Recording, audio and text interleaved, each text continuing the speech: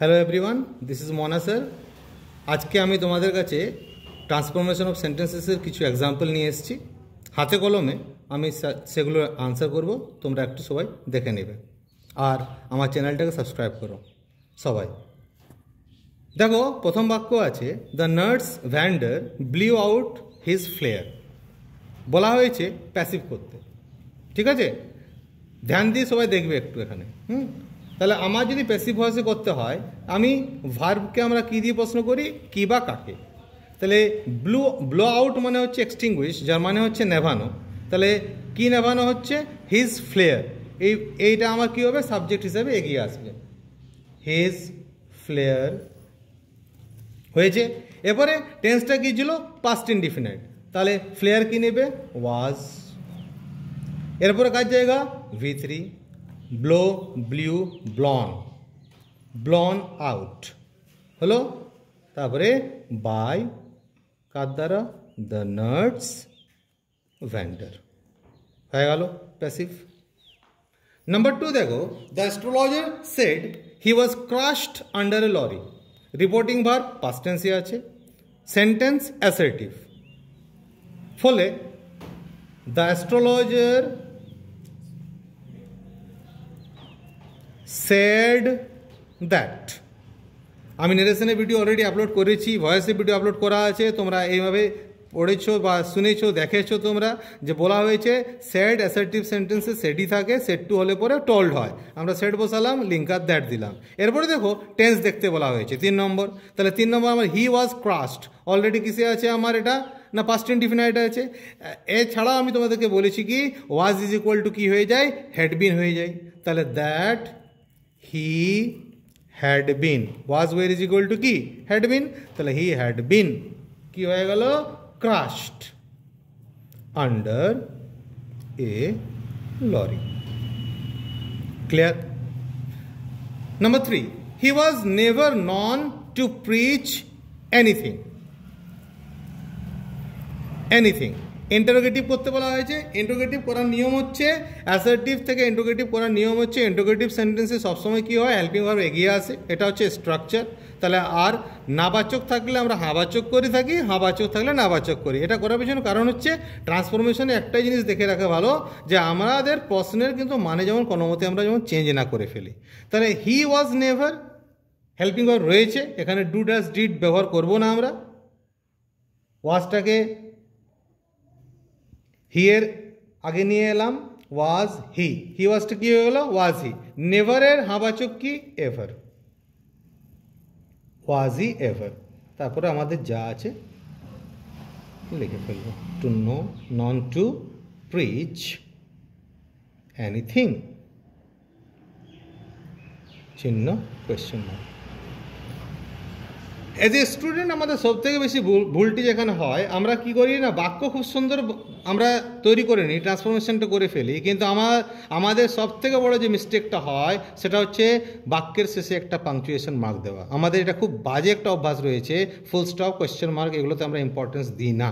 কিন্তু মনে রাখা দরকার, এটা বাক্য কেবল সেন্টেন্স নয়, sentence at the end of, তার শেষে কী হবে? একটা পাংচুয়েশন মার্ক অবশ্যই দিতে হয়, এটা মনে রাখতে হবে। Number 4, we left Achhabal and returned to our boats at Islamabad। Simple করতে বলা হচ্ছে। তাহলে আচ্ছাবল ছাড়লাম, তারপরে আমরা কোথায় গেলাম? ইসলামাবাদে বোটের কাছে গেলাম। তাহলে আচ্ছাবল ছাড়িয়া, তাহলে ছাড়িয়া আসিয়া যাইয়া খাইয়া ইজ ইকুয়াল টু আমরা কি জানি? পার্টিসিপল। তাহলে কি করবো আমরা এখানে? Living, LEAVING। লেফটে আইএনজি কার সাথে যোগ হয়? মেন ভার্বের V1 এর সাথে যোগ হয়। তাহলে লেফটের V1 কি? লিভ, লিভিং আচ্ছাবল, লিভিং আচ্ছাবল, কমা। এবার কি? উই, তারপরে রিটার্ন থেকে যা আছে লিখে ফেলবো। Return to our boats at Islamabad. ঠিক আছে? সিম্পল সেন্টেন্স করার নিয়ম মানে একটি সমাপিকা ক্রিয়া থাকবে। এখানে দুটি ছিল, লেফট ছিল আর রিটার্ন ছিল, দেখা গেল। তাহলে আমাদের কি করতে হলো? একটাকে আমরা লিভিং করলাম, মানে যেটা আমাদের কি? নন ফাইনাইট ভার্ব, মানে অসমাপিকা ক্রিয়া আমরা ইউজ করতে পারি। সমাপিকা ক্রিয়া একের বেশি ব্যবহৃত হবে না। অসমাপিক ক্রিয়া নন ফাইনাইট ভার্ব কোটা আছে আমাদের, টু ইনফিনিটিভ ফর্মেটে আছে, পার্টিসিপল রয়েছে, জিরান্ট রয়েছে। Next active voice, he was crushed under a lorry. তাহলে ক্রাশড হয়েছে কিসের দ্বারা? দ্বারা দেওয়া রয়েছে লরি, এ লরি এগিয়ে এলো। কি টেন্স ছিল? ওয়াজ, পাস্ট ইনডিফিনাইট। তাহলে তার অ্যাক্টিভ যদি করি এস প্লাস V2 প্লাস ও, তাহলে এ লরি ক্রাশড হিম হয়ে গেল, এস V2 ও। আগে বলা হয়েছে প্যাসিভ থেকে অ্যাক্টিভ করার সময় আমরা কি করব? টেন্সটাকে ফলো করার চেষ্টা করব। নেক্সট, ইট ওয়াজ নিয়ারলি মিডনাইট। তখন প্রায়, নিয়ারলি মানে প্রায়, অ্যাবাউট, ঠিক আছে, প্রায় মধ্যরাত্রি হয়েছিল যখন অ্যাস্ট্রোলজার রিচড হোম, বাড়ি ফিরেছিল। সরল বাক্য। তাহলে মধ্যরাত্রি, প্রায় মধ্যরাত্রি হয়েছিল, এটাকে যদি আমরা এটা ফ্রেজে ফেলে দিই, তাহলে আমাদের এই ওয়াজটাকে যদি আমরা কোনো মতে সেখান থেকে যদি সরাতে পারি, তাহলে আমাদের সহজেই আমাদের দ্য অ্যাস্ট্রোলজার রিচড হোম, এটা প্রিন্সিপাল ক্লোজ, এটা তো থাকবেই। তাহলে আমাদের এটা সহজে সিম্পল হয়ে যাবে। কি করব? Nearly at midnight, nearly at midnight, মধ্যরাত্রিতে, প্রায় মধ্যরাত্রিতে হয়ে গেল, কমা, এরপরে আমাদের যেটা প্রিন্সিপাল ক্লোজ সেটা আমরা ইউজ করব। The astrologer reached home.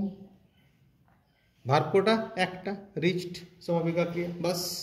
Nearly at মিডনাইটে কোনো ভার্ব নেই, is part of phrase. A broad street would run dash the middle of one part of the camp. Preposition দেওয়া আছে বাই, অ্যাক্রস, থ্রু, অ্যালং। কারো মাঝের দিয়ে যদি কোনো পেরিয়ে যাচ্ছে, তাহলে রানের পর আমরা কি ইউজ করবো? এখানে ভুল করেছে, বাই হবে না, এটা কি হবে? Run through, THROUGH, through, through. Next, the astrologer caught a glimpse of his face. Passive করতে বলা হলো, ঠিক আছে।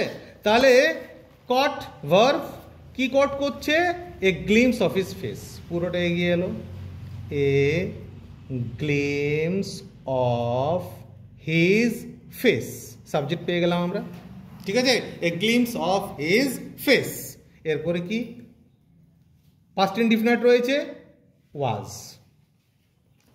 V3 caught by the astrologer হয়ে গেল।